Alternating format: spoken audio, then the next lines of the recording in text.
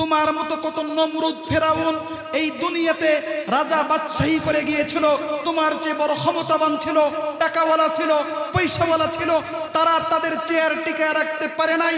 আমি আল্লাহ যারা চেয়ার দেই সেই কেবল চেয়ারে থাকতে পারে। কথা বলেন ঠিক কিনা?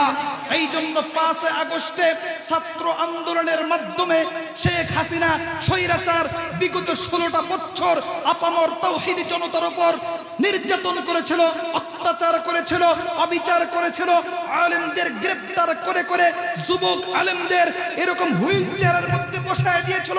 আমাদের 18 কোটি মুসলমানদের হৃদয়ের কুষ্ঠমণি, হৃদয়ের পাখি, কোরআনের পাখি আল্লামা দেলাওয়ার হোসেন সাঈদীকে শহীদ করে দিতে দ্বিধাবোধ করে নাই। কথা বলেন ঠিক কিনা? আমরা মুসলমান সতর্ক হয়ে গেছি, আমরা আজকে সচেতন হয়ে গেছি। আবারও আমি বর্তমান সরকার, অন্তর্বর্তীকালীন সরকার ডাক্তার ইউনূস সাহেবকে পরামর্শ দিব, ও ইউনূস সাহেব, আপনি এই বাংলাদেশের ক্ষমতায় কচুরি পানার মতো ভেসে আসেন নাই। কথা বলেন ঠিক কিনা? অসংখ্য বৈষম্য ছাত্র বিরোধী আন্দোলনের রক্তের মাধ্যমে, অসংখ্য শহীদ কাফেলার রক্তের উপর পাড়া দিয়ে আপনাকে এই বাংলাদেশের মসনদে বসানো হয়েছে, ক্ষমতার চেয়ারে বসানো হয়েছে। সুতরাং নতুন করে কোনো মুনাফিক যেন গজাইতে না পারে, নতুন করে কোনো কাফের মুশরিকরা যেন মুসলমানদের ঈমান নিয়ে হরণ করার চেষ্টা না করে, আলেমদের উপর জুলুম নির্যাতনের ভয় যেন না দেখায়, নতুন করে কোনো স্বৈরাচার যেন বাংলাদেশের জন্ম না নেয়। কথা বলেন ঠিক কিনা? আমি আপনাদের সকলকে বলে দিচ্ছি, এটা হলো 24 নম্বর পারা সূরাত হামিম আস-সিজদার 30 নম্বর আয়াত আমি আপনাদের খেদমতে পেশ করেছি। আর আল্লাহর নবীর অসংখ্য হাদিস থেকে, আল্লাহর নবীর অসংখ্য সাহাবীদের মধ্য থেকে একজন সাহাবী, তার নাম হলো আবু হুরায়রা, তিনার থেকে বর্ণিত একটা হাদিস আমি তেলাওয়াত করেছি, পাঠ করেছি। আল্লাহ পাক যদি তৌফিক দেন এই আলোকে আপনাদের সামনে কথা বলবো ইনশাআল্লাহ। ওয়া মা তৌফিকি ইল্লা বিল্লাহ। আমি সর্বপ্রথম আয়াতের তরজমাটা বলে দিচ্ছি। আল্লাহ পাক বলেন, ইন্নাল্লাযীনা ক্বালু রাব্বুনাল্লাহ, যারা বলবে আল্লাহ আমার রব, সুম্মাস্তাকামু, এবং এই কথার উপর অটল থাকবে, অবিচল থাকবে, অনড় থাকবে, মজবুত থাকবে, কোনো সময় পিছপা হবে না। আচ্ছা, আল্লাহ আমার রব, আল্লাহ যে বললেন যারা বলবে আল্লাহ আমার রব এবং এই কথার উপর অটল অবিচল থাকবে, আমি যদি আপনাদেরকে জিজ্ঞেস করি আমাদের রবকে, আর একটু জোরে বলেন আমাদের রবকে, এমন কোন মানুষ আছে যে বলতে পারবে না আমাদের রবকে? আছে? এখানে ছোট্ট থেকে ছোট্ট বাচ্চাকেও আপনি জিজ্ঞেস করবেন, বলেন তো দেখি আমাদের রবকে, বলবে আল্লাহ। আচ্ছা, আপনি আমি জানি যে আল্লাহ আমার রব, কিন্তু এই কথার উপর অটল অবিচল কেমন আছি? কেমন আছি? এই কথার দ্বারা আল্লাহ তাআলা বুঝাতে চাচ্ছেন, বান্দা আল্লাহ আমার রব, এই কথাটা বলা সহজ, কিন্তু এই কথার উপর অটল অবিচল থাকা, অনড় থাকা, মজবুত থাকা এটা কঠিন। কথা বলেন ঠিক কিনা? আল্লাহ আমার রব এই কথার উপর টিকে থাকতে গিয়ে হযরতে বেলাল তার পিঠের চামড়া দিয়েছে। কথা বলেন ঠিক কিনা? আল্লাহর নবীর অসংখ্য সাহাবী তারা জীবন দিয়েছে, তাদের তাজা রক্ত জমিনে ঢেলে দিয়েছে, তাদের বাড়ি ঘর ছেড়ে দিয়েছে, মাতৃভূমি পরিত্যাগ করে মক্কা থেকে মদিনা মুনাওয়ারায় হিজরত করেছে, দুনিয়ার সম্পদ পরিত্যাগ করেছে, স্ত্রী পুত্র সন্তানাদির মহব্বত তারা অন্তর থেকে বের করে দিয়েছে, তারপরেও রব কথার উপর অটল অবিচল থেকেছে। আমাদের দরকার আছে না নাই? আমাদের দেশে ঝড় হয় কি হয় না? আরেকটু জোরে বলেন, ঝড় হয় কি হয় না? ঝড় যখন হয় তখন দেখবেন রাস্তার পাশে বড় বড় মোটা মোটা গাছ দাঁড়ায় থাকে। যখন প্রচন্ড বাতাস উঠে, ঝড় উঠে, তুফান উঠে, দেখবেন গাছের এই পাশে পাতা ছিঁড়ে যায়, ওই পাশে ডাল ছিঁড়ে যায়, এই পাশে গাছটা হেলে পড়ে, তার আগা মাথা ডালপালা ভেঙে পড়ে, কিন্তু তার গোড়াটা মজবুত হয়ে, শক্ত হয়ে, অনড় হয়ে দাঁড়িয়ে থাকে। কথা বলেন ঠিক কিনা? সম্মানিত মুসলমান ভাইয়েরা, আল্লাহ আমাদেরকে এই উদাহরণ দিচ্ছেন, ঝড় এবং তুফানের মধ্যে যেরকম মোটা মোটা বড় বড় গাছ, তার ডাল যায়, তার পাতা যায়, তার আগা মাথা ছিঁড়ে পড়ে যায়, তারপরেও মজবুত করে শক্ত হয়ে তার গোড়াটা অনড় হয়ে দাঁড়িয়ে থাকে, ভেঙে পড়ে না। ঠিক তদ্রূপ একজন মুসলমানের ওপর পশ্চিমাদের হুঙ্কার আসবে, জালেমের জুলুম আসবে, তার সামনে ফাঁসির কাষ্ঠ আসবে, জেল জুলুমের ভয় দেখানো হবে, তাকে মামলা হামলার হুমকি দেওয়া হবে, তাকে মামলা দেওয়া হবে, জেলে নেওয়া হবে, জালিমের ছুরির আঘাতে ক্ষত বিক্ষত হতে হবে। তারপরেও আল্লাহর ভয় অন্তর থেকে চুল পরিমাণ সরাবে না, কাফের মুশরিকদের সামনে মাথা নত করবে না। কথা বলেন ঠিক কিনা? এই জন্য আল্লাহ পাক বলেন, ইন্নাল্লাযীনা ক্বালু, যারা বলবে আল্লাহ আমার রব, সুম্মাস্তাকামু, এবং এই কথার উপর অটল থাকবে, অবিচল থাকবে, অনড় থাকবে, মজবুত থাকবে, তাদের জন্য একটা ঘোষণা হলো, তাতানাজ্জালু আলাইহিমুল মালাইকা, আমি আল্লাহ তাকে সাহায্য করার জন্য কাতারে কাতারে ফেরেশতার বাহিনী পাঠিয়ে দিব। একটা জবান বন্ধ রাখবেন না, চিৎকার করে বলেন সুবহানাল্লাহ।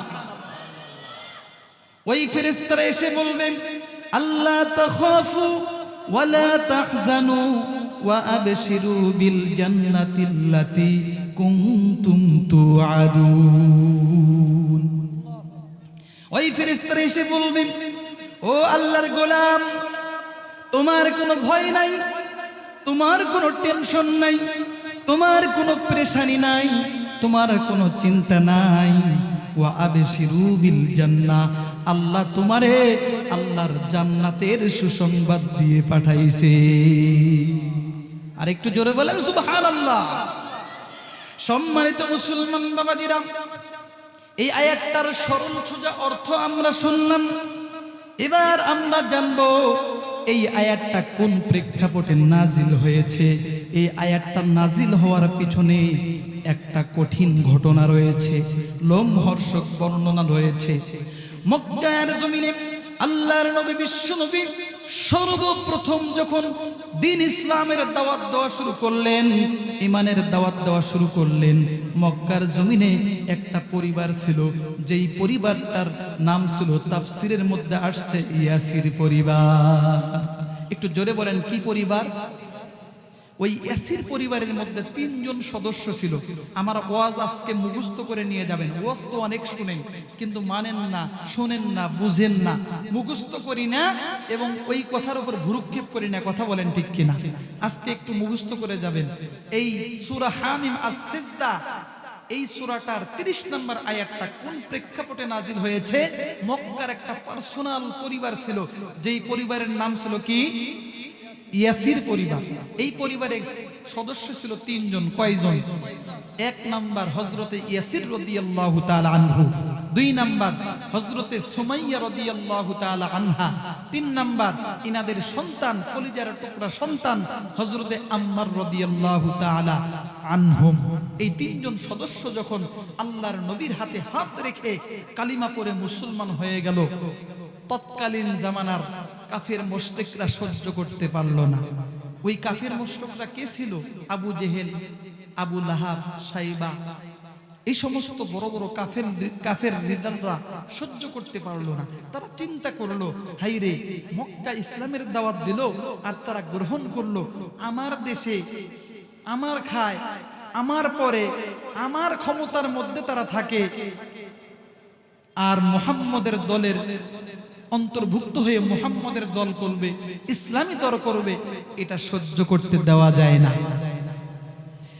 আবু জেহেল ডাক দিয়ে বলল, তার চেলাফেলাদেরকে ডাক দিল, এই তোমরা এদিকে আসো। খবর নিল, খবর নিয়ে দেখলো ইয়াসির পরিবার আসলেই মুহাম্মদের কালিমা পড়ে মুসলমান হয়ে গেছে। আবু জেহেল এবার তার চেলাফেলাদের ডাক দিয়ে বলল, আমার দেশে থাকে, আমার খায়, আমার পরে, আমি বর্তমান ক্ষমতায়, আমি ক্ষমতা থাকা অবস্থায় মুহাম্মদের দল করবে, ইসলামী দল করবে, এটা আমি সহ্য করতে পারি না। কারণ মুহাম্মদের দল করবে যখন, মুহাম্মদের হাতে কালিমা পড়ে মুসলমান হবে যখন, আমার চেয়ারের ক্ষমতা কমতে থাকবে তখন। কথা বলেন ঠিক কিনা? আবু জেহেল চিন্তা করলো, যদি মুহাম্মদ এইভাবে কালিমা পড়ায়া পড়ায়া মক্কা নগরীর প্রত্যেকটা মানুষকে মুসলমান বানায়া দেয়, তাহলে তো আমার চেয়ার টিকবে না, আমার ক্ষমতা টিকবে না। এই ভয়ে তার চেলাচালাদেরকে ডাক দিয়ে বলল, তাকে ধরে নিয়ে আসো। সম্মানিত মুসলমান ভাইয়েরা, বর্তমান জামানায় কিছু পাতি মাস্তান আছে, কিছু নেতৃবৃন্দ আছে, কিছু পাতি মাস্তানরা আছে, তারা তাদের ক্ষমতা টিকানোর জন্য, তারা তাদের চেয়ার টিকানোর জন্য মুসলমানদের উপর নির্যাতন করে, আলেমদেরকে গ্রেফতার করে জেল হাজতের মধ্যে বন্দী করে, তাদেরকে শহীদ করে দেয়, তাদের উপর ষড়যন্ত্র করে। কথা বলেন ঠিক কিনা? আজকে যেই সমস্ত ব্যক্তিরা তাদের ক্ষমতা টিকানোর জন্য সাধারণ মুসলমানদের উপর নির্যাতন করে, আলেমদের উপর নির্যাতন করে, মুসলমানদের উপর হুঙ্কার দেয়, ভয় দেখায়, তারা তাদের ক্ষমতা টিকাইতে চায়। লাআল্লাকুম তাগলিবুন। আমার আল্লাহ বলেন, এই তোর ক্ষমতা দেওয়ার মালিক কে? আমি আল্লাহ। তোকে লাঞ্ছিত বঞ্চিত করার মালিক আমি আল্লাহ। এই জন্য আমরা 18 কোটি মুসলমান 5 আগস্ট ছাত্র আন্দোলনের মাধ্যমে বর্তমান বাংলাদেশের স্বৈরাচার শেখ হাসিনা ছিল, তাকে বিতাড়িত করতে আল্লাহর চুল পরিমাণ সময় লাগে নাই, 1 ঘন্টা সময় লাগে নাই। কথা বলেন ঠিক কিনা? সমস্ত ক্ষমতার মালিক কে? তারা চেয়েছিল 40 সাল পর্যন্ত ক্ষমতায় বসে থাকবে, আলেমদেরকে বন্দী করে আলেমদের নিশানা নিশ্চিহ্ন করে দিবে, মুসলমানদের ঈমানকে ধ্বংস করে দিবে, কোরআনের রাজ কায়েম করতে দিবে না, মুসলমানদের মুসলমানিত্ব টিকায় রাখতে দিবে না। ইসলামের বাংলাদেশ, কোরআনের বাংলাদেশ, এই 95% মুসলমানের দেশে তারা তাদের ক্ষমতা টিকায় রাখার জন্য চেষ্টা করেছিল। তোমার মতো কত নমরুদ ফেরাউন এই দুনিয়াতে রাজা বাদশাহী করে গিয়েছিল, তোমার চেয়ে বড় ক্ষমতাবান ছিল, টাকাওয়ালা ছিল, পয়সাওয়ালা ছিল, তারা তাদের চেয়ার টিকায় রাখতে পারে নাই। আমি আল্লাহ যারা চেয়ার দেই সেই কেবল চেয়ারে থাকতে পারে। কথা বলেন ঠিক কিনা?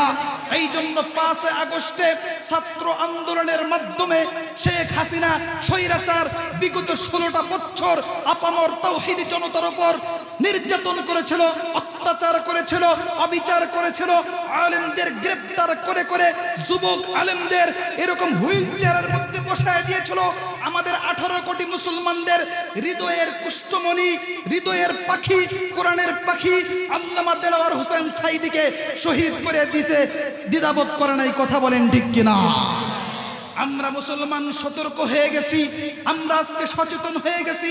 আবারও আমি বর্তমান সরকার, অন্তর্বর্তীকালীন সরকার ডাক্তার ইউনূস সাহেবকে পরামর্শ দিব, ও ইউনূস সাহেব, আপনি এই বাংলাদেশের ক্ষমতায় কচুরি পানার মতো ভেসে আসেন নাই। কথা বলেন ঠিক কিনা? অসংখ্য বৈষম্য ছাত্র বিরোধী আন্দোলনের রক্তের মাধ্যমে, অসংখ্য শহীদ কাফেলার রক্তের উপর পাড়া দিয়ে আপনাকে এই বাংলাদেশের মসনদে বসানো হয়েছে, ক্ষমতার চেয়ারে বসানো হয়েছে। সুতরাং নতুন করে কোনো মুনাফিক যেন গজাইতে না পারে, নতুন করে কোনো কাফের মুশরিকরা যেন মুসলমানদের ঈমান নিয়ে হরণ করার চেষ্টা না করে, আলেমদের উপর জুলুম নির্যাতনের ভয় যেন না দেখায়, নতুন করে কোনো স্বৈরাচার যেন বাংলাদেশের জন্ম না নেয়। কথা বলেন ঠিক কিনা? সম্মানিত মুসলমান ভাইয়েরা আমার, আপনারা রাগ করলেন, গোসা করলেন। আমি কি কোনো আপনাদের এলাকায় চেয়ারম্যান হতে এসেছি, মেম্বার হতে এসেছি, এমপি মন্ত্রীর কোনো পদ চাই? আমি এসেছি মাত্র 1 ঘন্টার জন্য। 1 ঘন্টা পরে আমার টর্চ লাইট দিয়ে খুঁজে পাবেন। এলাকার প্রত্যেকটা বাড়িতে যায় দেখবেন যে শাহজালাল হুসাইন আবিদি হুজুর আছে নাকি কোনো জায়গায়, পাবেন খুঁজে। আমি মাত্র 1 ঘন্টার জন্য আপনাদের সামনে বসেছি কোরআনের বাণী শোনানোর জন্য। যেটা সত্য সেটাই বললাম, আমি কোরআনের বাহিরে কোনো কিছু বলি না। আল্লাহ বলেন, ওরে বান্দা, রব কথার উপর অটল অবিচল থাকতে গেলে বেলালের মতো কষ্ট সহ্য করতে হবে, খুবাইব খাব্বাবের মতো জীবন দিতে হবে, খালিদ বিন ওয়ালিদের মতো এক হাতে তরবারি আর এক হাতে কোরআন নিয়ে কাফের মুশরিকদের বিরুদ্ধে রুখে দাঁড়াতে হবে। কথা বলেন ঠিক কিনা?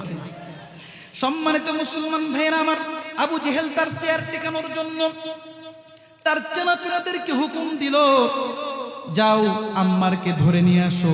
আম্মারকে ধরে নিয়ে আসা হলো। ভাইরা আমার, আম্মারের হাত পা বেঁধে চাবুক আঘাত করা হলো, চাবুক দিয়ে ক্ষত বিক্ষত করা হলো, পিঠ দিয়ে রক্তের ফিনকি বের হয়ে গেল। মক্কার জমিন লালে লাল হয়ে গেল। হযরতে আম্মার রাদিয়াল্লাহু তাআলা আনহুকে বলে আবু জেহেল বলতেছে, আম্মার রে, তুমি যদি কালিমা না ছাড়ো তাহলে তোমার জীবনকে আমরা আজকে শেষ করে দিব।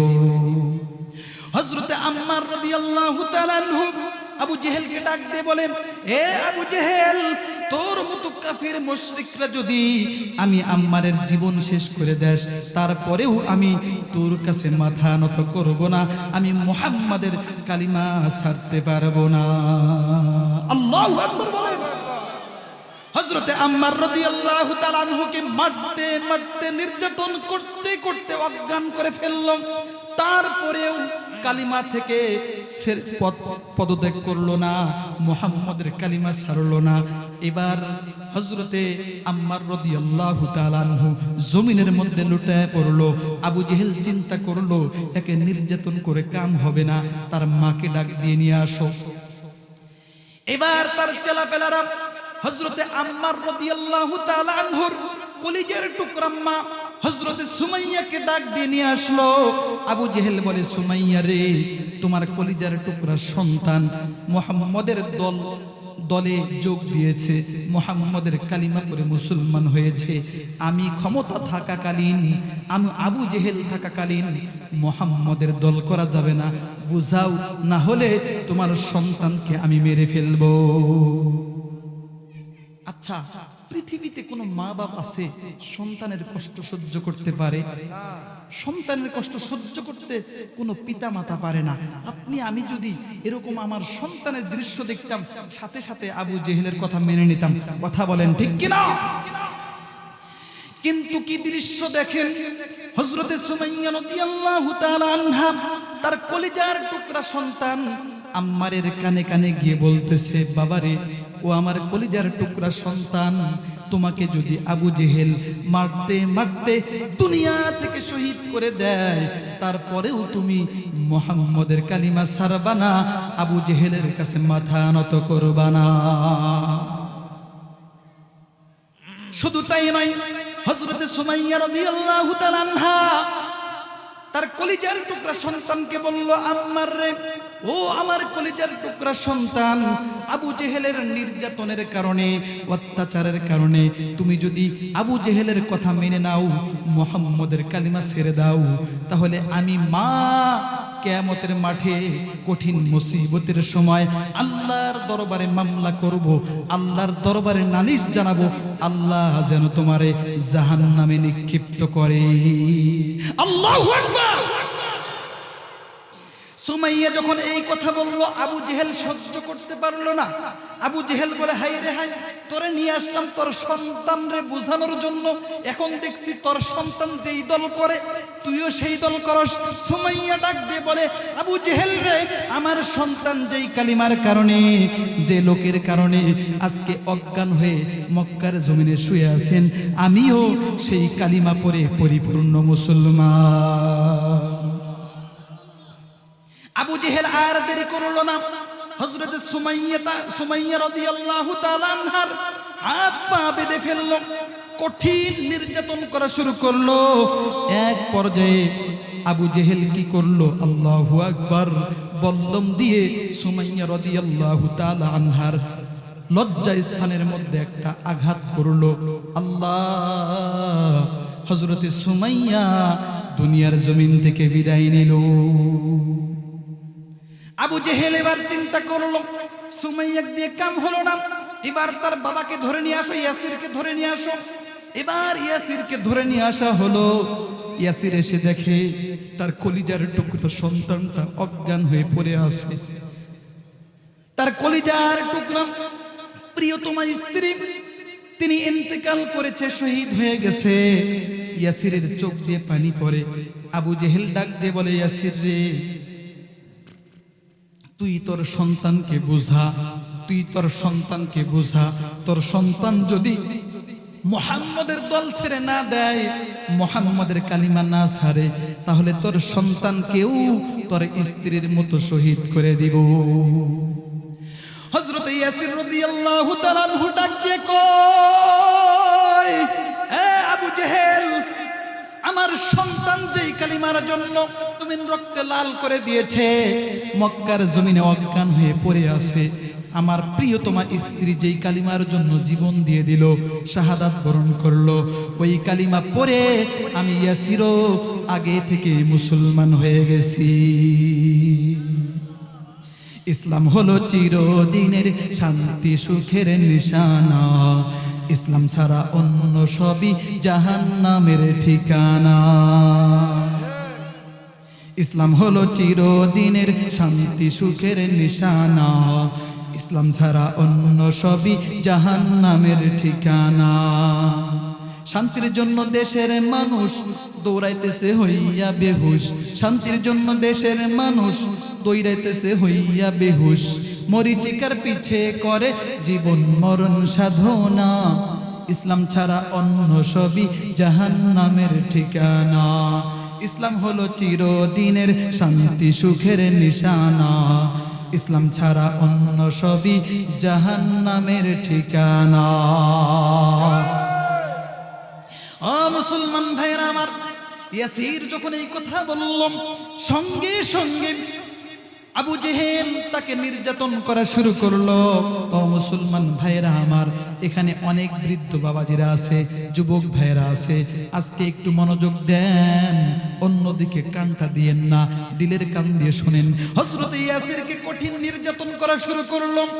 এক পর্যায়ে আবু জেহেল তাকে মারতে মারতে জমিনের মধ্যে লুটাইয়া দিল। এবার ডান পায়ের মধ্যে একটা রশি লাগাইলো, বাম পায়ের মধ্যে একটা রশি লাগাইলো। এবার ডান পাশে একটা উটের পায়ের মধ্যে বেঁধে দিল, বাম পাশে একটা উটের পায়ের মধ্যে বেঁধে দিল। আল্লাহু আকবার, আল্লাহু আকবার। দুই পাশ থেকে দুইটা তাজা উট এরকম ছুটাইয়া দিল। আমার ভাইয়েরা, আপনি আমি বাঁশ কেটে দা দিয়ে যখন বাঁশের মাঝখানে এরকম ভাবে আস্তে করে বাড়ি দেই, এরপরে একটু ফিরে যায়, এরপরে দুই হাত দিয়ে টান দিলে খুব সহজেই দুইটা বাঁশ দুই দিকে চলে যায়। আমার ভাইয়েরা, হযরত ইয়াসির রাদিয়াল্লাহু তাআলা আনহুর দুই পাশে দুইটা উটকে যখন ছুটাইয়া দিল, দুইটা উট যখন দৌড় দিল, আমার ভাইয়েরা, হযরত ইয়াসির রাদিয়াল্লাহু তাআলা আনহু এরকম বাঁশের মতো দ্বিখণ্ডিত হয়ে আল্লাহর জমিন থেকে বিদায় নিল। আল্লাহু আকবার বলেন। প্রিয় মুসলমান ভাইয়েরা আমার, মক্কার এই কঠিন দৃশ্য, এই পরিস্থিতিতে আল্লাহর নবী বিশ্ব নবী মক্কাতুল মুকাররমায় বাইতুল্লাহর ছায়ার মধ্যে, বাইতুল্লাহর ওই দেওয়ালের মধ্যে হেলান দিয়ে আল্লাহর নবী বসে আছেন। এর ইতিমধ্যে একজন সাহাবী দৌড়াতে দৌড়াতে গিয়ে, হাঁপাতে হাঁপাতে গিয়ে আল্লাহর রাসূলকে ডাক দিয়ে বলল, ইয়া রাসূলুল্লাহ, ইয়া হাবিবাল্লাহ, মক্কার অবস্থা বেশি ভালো না, মক্কার অবস্থা বেশি ভালো না। ইয়াসির পরিবারকে আবু জেহেল শহীদ করে দিয়েছে। আল্লাহর নবী বিশ্ব নবী যখন জানতে পারল সুমাইয়া ইন্তেকাল করেছে, শহীদ হয়ে গেছে, ইয়াসির শহীদ হয়ে গেছে, আম্মার অজ্ঞান হয়ে মাটির মধ্যে পড়ে আছে, আল্লাহর নবী বিষণ্ণ চেহারায় বসা থেকে দাঁড়ায় গেল। যখন দাঁড়ায় গেল, আল্লাহর নবীর পবিত্র গা মুবারক থেকে চাদরটা পড়ে গেল, তার মোহরে নবুয়তটা মক্কার চত্বরে ফটফট করে জ্বলতে লাগলো, উজ্জ্বল হয়ে গেল।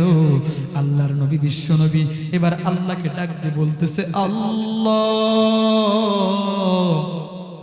মক্কার অবস্থা বেশি ভালো না গো আল্লাহ, কেবলমাত্র ইসলামের দাওয়াত দেওয়া শুরু করেছি, মুসলমানদের সংখ্যা বেশি নয়। ইয়াসির পরিবার আমার হাতে সর্বপ্রথম কালিমা পড়ে মুসলমান হয়েছে। আল্লাহ তাদেরকে আবু জেহেল শহীদ করে দিয়েছে, ইয়াসির শহীদ হয়ে গেছে, হযরত সুমাইয়া রাদিয়াল্লাহু তাআলা আনহা শহীদ হয়ে গেছে, আম্মার অজ্ঞান হয়ে মাটির মধ্যে পড়ে আছে। আল্লাহর রাসূল এবার মক্কাতুল মুকাররমার ওই বাইতুল্লাহ শরীফের গা মুবারক ধরে, চাদরটা ধরে, গিলাপটা ধরে এবার আল্লাহর কাছে দোয়া করতেছে, আল্লাহ, ইয়াসির পরিবারকে তুমি মাফ করে দাও। এই কথা বলতেছে আর টপ টপ করে চোখের পানি ছেড়ে দিয়েছে। আল্লাহ পাক রব্বুল আলামিন আরশে আজিম থেকে জিবরাইলকে ডাক দিয়ে বলতেছেন, জিবরাইল তুমি কোথায় আছো? জিবরাইল ডাক দিয়ে বলে, আল্লাহ আমি তো আপনার সামনে আছি। আল্লাহ বলে, ও জিবরাইল তুমি আর দেরি করো না, আর দেরি করো না, তুমি জলদি যাও বিশ্ব নবীর বাড়ি। ও জিবরাইল আর দেরি করো না, আমার নবীর, আমার বন্ধুর চোখের পানি আমি সহ্য করতে পারি না। আল্লাহু আকবার বলেন।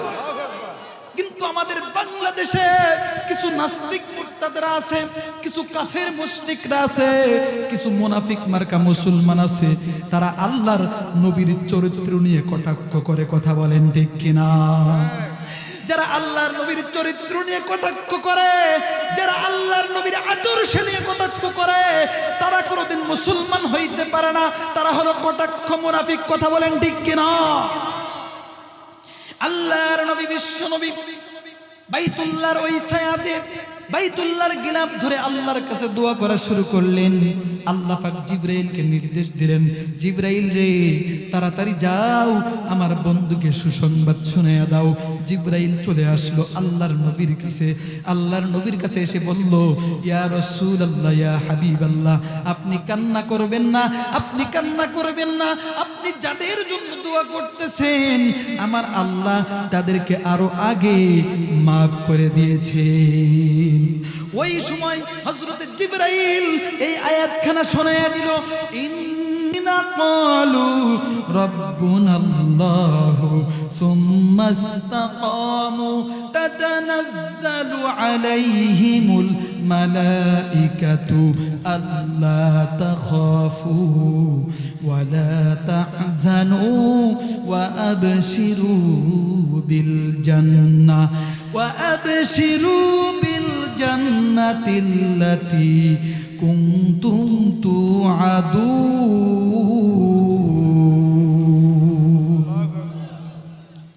জিবরাইল এবার এই আয়াত নাযিল করে দিল, ইয়া রাসূলুল্লাহ, ইয়া হাবিবাল্লাহ, আপনার উম্মতের মধ্যে যারা ঈমান রক্ষা করার জন্য, আল্লাহকে রব মানার জন্য জীবন দিবে, শহীদ হয়ে যাবে, রক্ত ঝরাবে, আল্লাহ তাদেরকে ফেরেশতা নাজিল করে জান্নাতের সুসংবাদ দিবে। সুবহানাল্লাহ। আমার ভাইয়েরা, আমার বন্ধুরা, আল্লাহ পাক কিভাবে ফেরেশতার বাহিনী পাঠিয়ে দিবেন এর বাস্তব প্রমাণ দেওয়ার জন্য আমি আপনাদের সামনে আরেকটা ঘটনা পেশ করব। আল্লাহর নবী বিশ্ব নবী মক্কাতুল মুকাররমায় যখন দাওয়াত দেওয়া শুরু করলো, কাফের মুশরিকরা সহ্য করতে পারলো না, আল্লাহর নবীকে নির্যাতন করা শুরু করলো। আল্লাহর নবী সাহাবীদেরকে, আল্লাহর নবীর সাহাবীদের উপর কঠোর নির্যাতন করা শুরু করলো। আল্লাহর পক্ষ থেকে ঘোষণা আসলো, ইয়া রাসূলুল্লাহ, ইয়া হাবিবাল্লাহ, ও আমার বন্ধু, আপনি মক্কা থেকে হিজরত করে মদিনায় চলে যান। আল্লাহর নবী মক্কা থেকে হিজরত করে মাতৃভূমি পরিত্যাগ করে মদিনাতুল মুনাওয়ারায় চলে গেলেন। মদিনাতুল মুনাওয়ারায় চলে গিয়ে সর্বপ্রথম কাফির মুশরিকদের বিরুদ্ধে ইসলামের ঝান্ডা উড্ডীন করার জন্য, কোরআনের রাজ কায়েম করার জন্য, আল্লাহর জমিনে আল্লাহর দ্বীন উড্ডীন করার জন্য সর্বপ্রথম যেই যুদ্ধ সংঘটিত করেছিলেন সেই যুদ্ধের নাম হলো বদর যুদ্ধ। সর্বপ্রথম ইসলামে যেই যুদ্ধ সংঘটিত হয়েছিল সেই যুদ্ধের নাম কি? চিৎকার করে বলেন, আর একটু জোরে বলেন। আল্লাহর নবী বিশ্ব নবী বদর যুদ্ধের ঘোষণা দিয়ে দিল, কিন্তু এই বদর যুদ্ধের কিছু সমস্যা ছিল। এক নাম্বার যে সমস্যাটা ছিল, আত্মীয়র বিরুদ্ধে আত্মীয়র যুদ্ধ, ভাইয়ের বিরুদ্ধে ভাইয়ের যুদ্ধ, বোনের বিরুদ্ধে ভাইয়ের যুদ্ধ, ভাইয়ের বিরুদ্ধে বোনের যুদ্ধ, চাচার বিরুদ্ধে ভাতিজার যুদ্ধ, ভাতিজার বিরুদ্ধে চাচার যুদ্ধ, ছেলের বিরুদ্ধে বাবার যুদ্ধ, বাবার বিরুদ্ধে ছেলের যুদ্ধ। এক নম্বর সমস্যা হলো এটা। দুই নম্বর সমস্যা হলো রমজান মাস ছিল, আল্লাহর নবী সহ তার সমস্ত সাহাবায়ে কেরাম রোজা ছিল। রমজান মাসের রোজা কি সাধারণ রোজা? হ্যাঁ, নাকি আল্লাহর পক্ষ থেকে ফরজ? আল্লাহর নবী চিন্তা করলো, দুই নম্বর সমস্যা হলো রমজান মাস সাহাবায়ে কেরাম রোজা থাকবেন, আমি রোজা থাকব, এটা হলো দুই নম্বর সমস্যা। তিন নম্বর সমস্যা হলো কাফের মুশরিকদের সংখ্যা হলো 1000, আর মুসলমানদের সংখ্যার কোনো নির্দিষ্ট সংখ্যা নাই। চার নম্বর সমস্যা হলো কাফের মুশরিকদের উট আছে, ঘোড়া আছে, তরবারি আছে, লাঠি সুটা আছে, তাদেরকে সাহায্য করার জন্য আরো অনেক বাহিনী আছে, কিন্তু মুসলমানদের কোনো তরবারি নাই, উট নাই, ঘোড়া নাই, দুম্বা নাই, সাহায্য করার জন্য অন্য কোনো বাহিনী নাই। আল্লাহর নবী খুব টেনশনে পড়ে গেলেন, আল্লাহর নবী খুব চিন্তিত হয়ে গেলেন। হায় রে হায়, ইসলামের সর্বপ্রথম যুদ্ধ বদর যুদ্ধ, কাফের মুশরিকদের সংখ্যা হলো 1000, আর মুসলমানদের কোনো সংখ্যাই নাই, কেবল কয়েকজন মাত্র মুসলমান হয়েছে। আল্লাহর নবী বিষণ্ণ মনে মনক্ষুণ্ণ হয়ে মুখটা মলিন করে 16ই রমজান আসরের নামাজ আদায় করে এরকম ভাবে আপনারা যেরকম বসে আছেন, আল্লাহর নবী এরকম ভাবে সাহাবায়ে কেরামদেরকে বসায়া আল্লাহর নবী বললেন, ও আমার সাহাবারা, বদর যুদ্ধ সংগঠিত হয়ে যাবে, কাফের মুশরিকদের বিরুদ্ধে যুদ্ধ করতে হবে, ইসলামের ঝান্ডা উড্ডীন করতে হবে, কালিমার পতাকা উড়াইতে হবে, কোরআনের রাজ কায়েম করতে হবে। মুসলমানদের সংখ্যা বেশি, ও আমার সাহাবারা রে, তোমরা কারা কারা জান্নাতে যাইতে চাও, তাড়াতাড়ি আমি রাসূলের খাতায় নাম লেখায়া দাও। সুবহানাল্লাহ বলেন। আপনারা নাম লেখাইতে চান? যদি চান হাত তুলেন তো দেখি, একটা তাকবীর দেন। লিল্লাহি তাকবীর। আর কোরআনের আলো, আল হাদিসের আলো, দিন ইসলাম, দিন ইসলাম, লিল্লাহি তাকবীর। হাত নামান। মাশাআল্লাহ, আপনাদের আওয়াজ আমাকে মনোমুগ্ধকর করে তুলল, আপনাদের আগ্রহ অনেক ভালো। আল্লাহ পাক যেন আপনাদেরকে বদরি ওই যোদ্ধাদের সঙ্গে আল্লাহর জান্নাতে যাওয়ার তৌফিক দান করেন। চিৎকার করে বলেন আমিন। আমার ভাইয়েরা, আমার বন্ধুরা, বিশ্বনবী মুহাম্মদুর রাসূলুল্লাহ সাল্লাল্লাহু আলাইহি ওয়াসাল্লাম সাহাবাদেরকে বলল, ও আমার সাহাবারা রে, কারা কারা জান্নাতে যাইতে চাও, তাড়াতাড়ি আমি রাসূলের খাতায় নামটা লেখায়া দাও। আজকে যারা বদর যুদ্ধে অংশগ্রহণ করবে, যারা শহীদ হয়ে যাবে, কাল কিয়ামতের মাঠে কঠিন মুসিবতের সময় সমস্ত গুনাহ মাফ করে দিয়ে আমি রাসূলের সঙ্গে ওই বান্দা জান্নাতে থাকবে।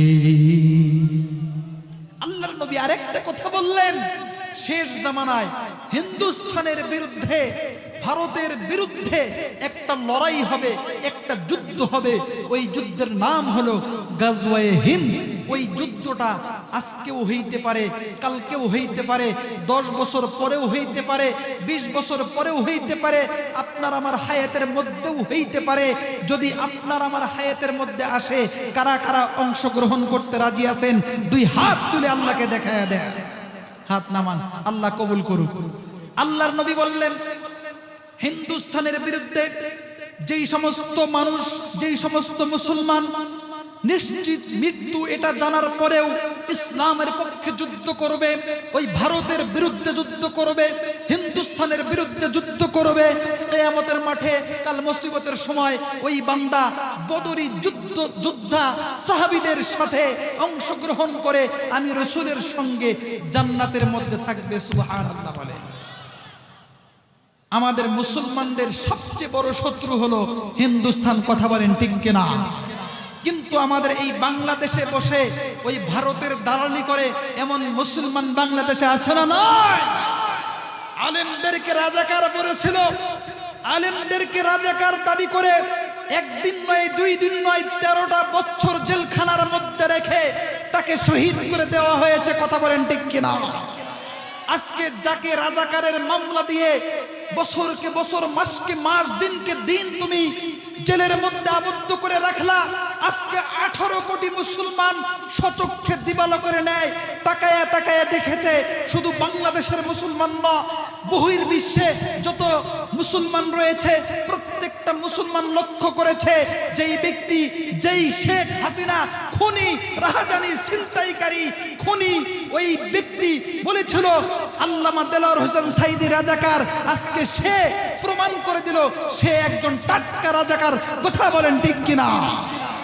বাংলাদেশে অসংখ্য ভক্ত ছিল, আওয়ামী লীগের দালাল ছিল, তাদেরকে রেখে সে বাংলাদেশ থেকে পলায়ন করেছে। কথা বলেন ঠিক কিনা? লিল্লাহে তাকবীর। বিশেষ বক্তার আগমন, বিশেষ বক্তার আগমন। আজকের মাহফিলের পক্ষ থেকে, কেরানি পাড়ার পক্ষ থেকে, মাহফিল কমিটির পক্ষ থেকে লিল্লাহে তাকবীর। আমি আর লম্বা সময় আলোচনা করব না, আমার বড় ভাই চলে এসেছেন, উনি আলোচনা করবেন। আমি অল্প সময়ের মধ্যে আমি আলোচনার ইতি টানছি। সম্মানিত হাজিরিন, আল্লাহর নবী যুদ্ধের জন্য, যুদ্ধ সংগঠিত করার জন্য সাহাবাদেরকে প্রস্তুত করতেছিলেন। আল্লাহর নবী, বিশ্ব নবী সাহাবাদেরকে বলল, কারা কারা জান্নাতে যাইতে চাও? আমি রসুলের খাতায় নামটা লিখে দাও। সামনের কাতার থেকে কেউ দাঁড়ায় না, দ্বিতীয় কাতার থেকে কেউ দাঁড়ায় না, তৃতীয় কাতার থেকে কেউ দাঁড়ায় না, চতুর্থ কাতার থেকে একজন বর্ষিয়ান সাহাবী, মোটামুটি বয়স হয়েছে যুবকদের কাতারে। ও যুবক ভাইয়েরা এখানে আসো না? নাই। চতুর্থ কাতার থেকে একজন যুবক দাঁড়ায় বলল, ইয়া রাসূলুল্লাহ, ইয়া হাবিবাল্লাহ, আপনি হলেন হক রসুল, আপনি হলেন সত্য রসুল, আপনার আহ্বানের মধ্যেই রয়েছে জান্নাত। আল্লাহর রসুল এবার তাকায় দেখলো যেই সাহাবীটা দাঁড়াইছে, তাফসীরের মধ্যে আসছে ওই সাহাবীটার নাম হলো হযরত মিকদাদ রাদিয়াল্লাহু তাআলা আনহু। ওই মিকদাদ রাদিয়াল্লাহু তাআলা আনহু আল্লাহর রাসূলকে ডাক দিয়ে বলল, ইয়া রাসূলুল্লাহ, ইয়া হাবিবাল্লাহ, আমার নামটা আপনি সর্বপ্রথম জান্নাতি ব্যক্তিদের মধ্যে লিখে নেন।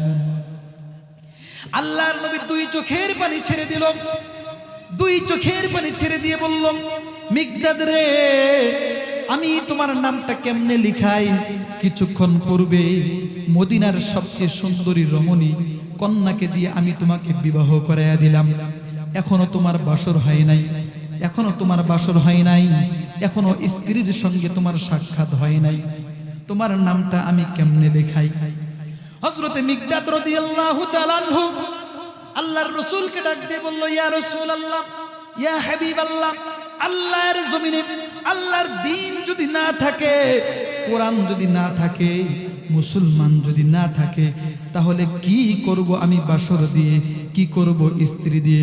চিৎকার করে চিৎকার করে বলেন আল্লাহু আকবার। আল্লাহর নবী যখন এই কথা বললেন, হযরত মিকদাদ ডাক দিয়ে বলল, ইয়া রাসূলুল্লাহ, আপনি আমার নামটা লিখে নেন।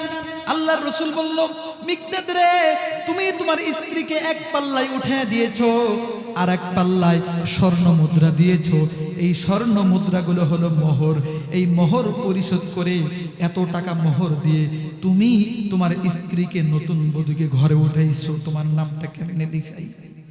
মিকদাদ বললেন, ইয়া রাসূলুল্লাহ, আমি দুনিয়ার কোনো আশা আকাঙ্ক্ষা চাই না, দুনিয়ার কোনো চাহিদা চাই না, আমি স্ত্রী চাই না, বাসর চাই না, আমি চাই আল্লাহর জমিনে আল্লাহর দিন উদ্দিন হোক। আল্লাহর নবী অত্যন্ত খুশি হয়ে গেলেন, হযরত মিকদাদের নামটা লিখে নিলেন। মিকদাদের দেখা দেখি একজন নয়, দুইজন নয়, পটপট করে আরো 312 জন সাহাবীর নাম লেখায় দিল। কয়জন হলো? 313 জন। এখন মিকদাদ সহ 313 জন। 313 জন সাহাবী নিয়ে আল্লাহর রাসূল বদরের ময়দানে চলে গেলেন। আর অল্প সময়, হুজুর 5টা মিনিট, বদরের ময়দানে চলে গেলেন।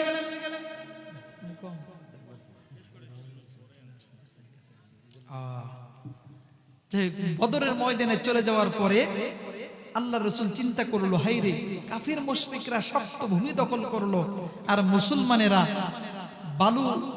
মুসলমানদের বালু ভূমি দিল।